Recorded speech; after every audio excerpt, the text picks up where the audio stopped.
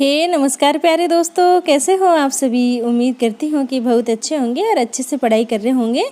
दोस्तों, जैसा कि आप सभी जानते हो कि हमने चला रखी है 2000 क्वेश्चन की सीरीज़ और उसी का है हमारा ये एक पार्ट। ठीक है दोस्तों, इसको स्टार्ट करते हैं। देखिए फर्स्ट क्वेश्चन में क्या कहा गया है। गलता में रामानंद संप्रदाय की गद्दी किसने स्थापित की। दोस्तों, ये दोबारा क्वेश्चन मैंने आपके लिए इसलिए रखा है क्योंकि मैंने कल ही रात को देखा, ये 2-3 एग्जामों में आ रखा, बार बार रिपीट होके, तो मुझे लगा मुझे ये आपके सामने दोबारा से लेके आना चाहिए, इसलिए मैं लेके आई हूँ। तो इसका सही उत्तर आप सभी जानते हो, कृष्णदास पेहारी है। ठीक है, तो आप इसको अच्छे से एक बार पढ़ लेना क्योंकि ये क्वेश्चन 2-3 बार आया हुआ है और पहले मुझे इसके बारे में ज़्यादा आइडिया नहीं था कि ये इतनी बार पूछ लिया गया है, लेकिन जब मैंने कल देखा तो मुझे लगा यार दोबारा मुझे लाना चाहिए इसे, इसलिए। ठीक है, देखिए सेकंड क्वेश्चन में क्या है। राम भक्ति के साथ योग साधना का किसने बल दिया। दोस्तों, ऐसे कौन से हमारे कवि है जिन्होंने राम भक्ति के साथ योग साधना पर भी बल दिया। तो ये है कीलदास। ठीक है दोस्तों, कौन? कीलदास। किस संप्रदाय में गद्दी सेवा को महत्व दिया गया है। ऐसा कौन सा संप्रदाय है जिसमें गद्दी सेवा महत्व दिया गया है। तो ये है राधा वल्लभ संप्रदाय। ठीक है दोस्तों, देखिए दोस्तों, यहाँ पे पूछा गया है कि रामानंद ने वैष्णव माध्व भास्कर में किस शिष्य के 9 सवालों के जवाब दिए हैं। दोस्तों, काफ़ी अच्छा क्वेश्चन है यहाँ पे ये कि रामानंद ने अपने ग्रंथ वैष्णव माध्व भास्कर में कौन से शिष्य के 9 सवालों के जवाब दिए हैं। ठीक है, तो उस शिष्य का आपको यहाँ पे नाम बताना है। तो दोस्तों, उस शिष्य का नाम है सुरसुरानंद। ठीक है, सुरसुरानंद के सवालों का जवाब दिया है इन्होंने। राम भक्ति में रसिक भावना के समावेश का श्रेय किसे दिया जाता है। राम भक्ति में रसिक भावना के समावेश का श्रेय किसको दिया जाता है। तो ये दिया जाता है अग्रदास को। ठीक है दोस्तों, तुलसीकृत वैराग्य संदीपनी के संबंध में असंगत है। दोस्तों, आपको बताना है कि तुलसीदास जी की जो कृति है वैराग्य संदीपनी, उसके बारे में कौन सा यहाँ पे तथ्य है जो गलत है। ठीक है, तो तुलसी की पहली रचना है, ये बिल्कुल सही है दोस्तों। संत महिमा का वर्णन है, ये भी बिल्कुल सही है। अवधी भाषा में लिखी गई है, ये भी बिल्कुल सही है, लेकिन इसका जो काव्य रूप है वो प्रबंध नहीं है। ठीक है दोस्तों, मैं आपको पूरी जानकारी दूंगी क्योंकि आपके काफ़ी सारे लोगों के मेरे पास कमेंट आ रहे थे कि मैम कैसे पता चला है कि ये मुक्तक में लिखा है, प्रबंध में लिखा है, महाकाव्य है, क्या है, समझ में नहीं आता। उसको पढ़ तो लेते हैं लेकिन ये मतलब कैसे हम पहचाने कि ये इसमें लिखा हुआ है, तो मैं आपको वो बताऊंगी सभी। ठीक है, देखिए दोस्तों, यहाँ पे क्या पूछा गया है। तुलसीकृत ज्योतिष ग्रंथ है रामज्ञा प्रश्नावली, इसमें कुल कितने दोहे हैं, कितने दोहे इन्होंने रखे हैं। तो 343 है। ठीक है दोस्तों, रामचंद्र शुक्ल जी ने रामचरितमानस के किस कांड में उल्लेखित चित्रकूट सभा को एक आध्यात्मिक घटना बताया। देखिए दोस्तों, यहाँ पे आपसे घुमा के क्वेश्चन पूछ लिया है कि रामचंद्र शुक्ल जी ने रामचरितमानस है उसमें कौन से कांड में, मतलब कि एक कांड में चित्रकूट सभा का वर्णन किया गया है और उसमें आध्यात्मिक घटना बताया उसको, चित्रकूट सभा को। तो आप ये बताओ कि ये चित्रकूट सभा ये कौन से कांड में। ठीक है, देखिए थोड़ा सा घुमा दिया क्वेश्चन को, तो बताइए अयोध्या कांड में है, अरण्य कांड में है, लंका कांड में है या फिर उत्तर कांड में। तो दोस्तों, ये है अयोध्या कांड में। ठीक है, तुलसी की कौन सी रचना राम के दरबार में प्रस्तुत एक प्रार्थना पत्र है। कितना अच्छा क्वेश्चन है दोस्तों। तुलसीदास जी की ऐसी कौन सी रचना है जो भगवान राम के दरबार में प्रस्तुत एक प्रार्थना पत्र के रूप में है। ठीक है, तो बताइए कौन सी है। तो दोस्तों, ये है विनय पत्रिका। हम कहते हैं ना विनय करना किसी से।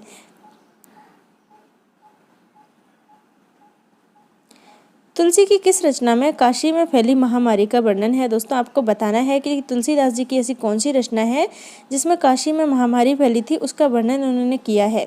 तो इसका सही उत्तर है यहाँ पे कवितावली। ठीक है दोस्तों, कौन से कवि विठल नाथ के शिष्य नहीं है। दोस्तों, इन चारों में से आपको बताना है कौन से उनके शिष्य नहीं है, मतलब कि 3 उनके शिष्य है। ठीक है दोस्तों, तो देखिए नंददास है, इनके बारे में आप जानते हो। चतुर्भुज दास है, इनके बारे में भी जानते हो। गोविंद स्वामी है दोस्तों, लेकिन कृष्णदास है, ये इनके शिष्य नहीं है। ठीक है, तो ये 3 है, आप इन तीनों को याद रखो, इससे आपका मतलब नहीं है। ठीक है, विठल नाथ ने 8 शिष्यों पर अष्टचाप की मोहर कब लगाई। देखिए दोस्तों, ये क्वेश्चन मैं दोबारा 2 क्वेश्चन आपके लिए दोबारा लाई हूँ क्योंकि मुझे लगा कि ये आपके लिए बहुत ज़्यादा महत्वपूर्ण है, इसीलिए मैं इनको दोबारा लाई हूँ। ठीक है दोस्तों, बताइए 1535 में, 1565 में, 1665 में या 1675 में। तो आप सभी जानते हो इसको कि 1665 में, और ये काफ़ी इंपॉर्टेंट है। ठीक है दोस्तों, आप इसका याद रखना। किस भक्त ने कहा कि भक्तन को कहा सीकरी सो काम। तो इसको आप सभी जानते हो, बहुत ज़्यादा चर्चित पंक्ति है, ये बार बार पूछी जाती है। नॉर्मल एग्जाम होता है उसमें तो ज़रूर आनी ही है, ये मतलब फिक्स है कि आएगी। तो ये काफ़ी इंपॉर्टेंट है। तो आपको ये बताना है कि ये कहा किसने है कि भक्तन को कहा सीकरी सो काम। तो दोस्तों, ये कुंभनदास ने कहा है। ठीक है, देखिए दोस्तों, यहाँ पे आपको बताना है कि सूरदास के संबंध में कौन सा असंगत है, मतलब कि कौन सा इनमें से गलत है। ठीक है दोस्तों, तो देखिए पुष्टि मार्ग के जहाज कहा है, इनको बिल्कुल सही है दोस्तों, कहा गया है। इनको भ्रमर गीत परंपरा के प्रवर्तक माने जाते हैं, बात्सल के सम्राट माने जाते हैं। दोस्तों ये तीनों तथ्य बिल्कुल सही है इनके बारे में। तो ये लास्ट में बोल रहा है कि सभी, तो सभी तथ्य गलत नहीं हो सकते दोस्तों इनके, ये यहाँ पे गलत हो जाएगा। ठीक है दोस्तों, ये यहाँ पे गलत हो जाएगा क्योंकि ये तीन तो ऑलरेडी सही है और यहाँ पे पूछा गलत कौन सा है, तो कोई सा भी गलत नहीं है इनमें से। ठीक है, तो ये यहाँ पे गलत हो जाएगा। किस पंथ में सतराम कह करके अभिवादन किया जाता है? तो इसको आप बहुत अच्छे से जानते हो, कौन से में किया जाता है बताइए जल्दी से, क्योंकि आपने पढ़ा होगा तो आपको याद होगा। दादू पंथ में कहा जाता है। कौन से अष्टछापी कवि श्रीनाथ मंदिर के व्यवस्थापक है? दोस्तों बताइए, कितना अच्छा क्वेश्चन है कि ऐसे कौन से अष्टछापी कवि हैं हमारे जो श्रीनाथ मंदिर के व्यवस्थापक है, वहाँ की सारी व्यवस्था वो संभालते हैं। तो आप बताइए, सूरदास है, कृष्णदास है, कुंभन दास है, या फिर है नंददास? तो दोस्तों इसका जो सही उत्तर है ना वो है कृष्णदास। ठीक है, काफ़ी अच्छा क्वेश्चन है, ये थोड़ा सा अलग है।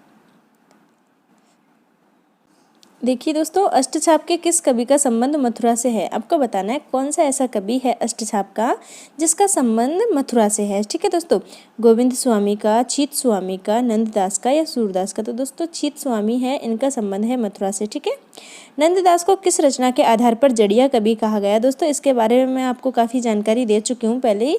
तो आप बताइए कौन सी रचना के बारे में, मतलब आधार बना करके इनको जड़िया कहा गया? तो दोस्तों रास पंचाध्यायी है, इसको आधार बना करके इनको जड़िया कहा गया, क्योंकि ये बहुत शानदार लेखन कला इनकी बहुत अच्छी थी। ऐसा लिखते थे कि जो इतिहासकार है उन्होंने बोला है इनके बारे में कि ये ऐसा लिखते थे, इनकी इतनी सुंदर लिखावट थी कि ऐसा लगता है जैसे मुकुट में हीरे मोती जड़ दिए हो, इतना सुंदर लगता है। इसीलिए तो कहते हैं इनके बारे में और कवि बढ़िया, नंददास जड़िया, कुछ ऐसे ही एक पंक्ति है इनके बारे में जो बहुत प्रचलित है, उसको भी देके पूछ लिया जाता है कि ये किसके लिए कहा है, कौन सी रचना को आधार बनाकर कहा है। तो ये आपको याद होना चाहिए। ठीक है दोस्तों, देखिए ये क्वेश्चन मैंने आपके लिए कम्युनिटी पोस्ट में रखा था कि मीरा द्वारका कब गई। ठीक है, तो आप सभी ने ज़्यादातर इसका उत्तर सही बताया, तो इसका उत्तर है 1542 ईस्वी में। ठीक है दोस्तों, ये हमारा लास्ट क्वेश्चन है इस पार्ट का। देखिए, रसखान की भक्ति पर रीझकर किसने कहा कि इन मुसलमान हरिजन पर कोटिन हिंदू बारी?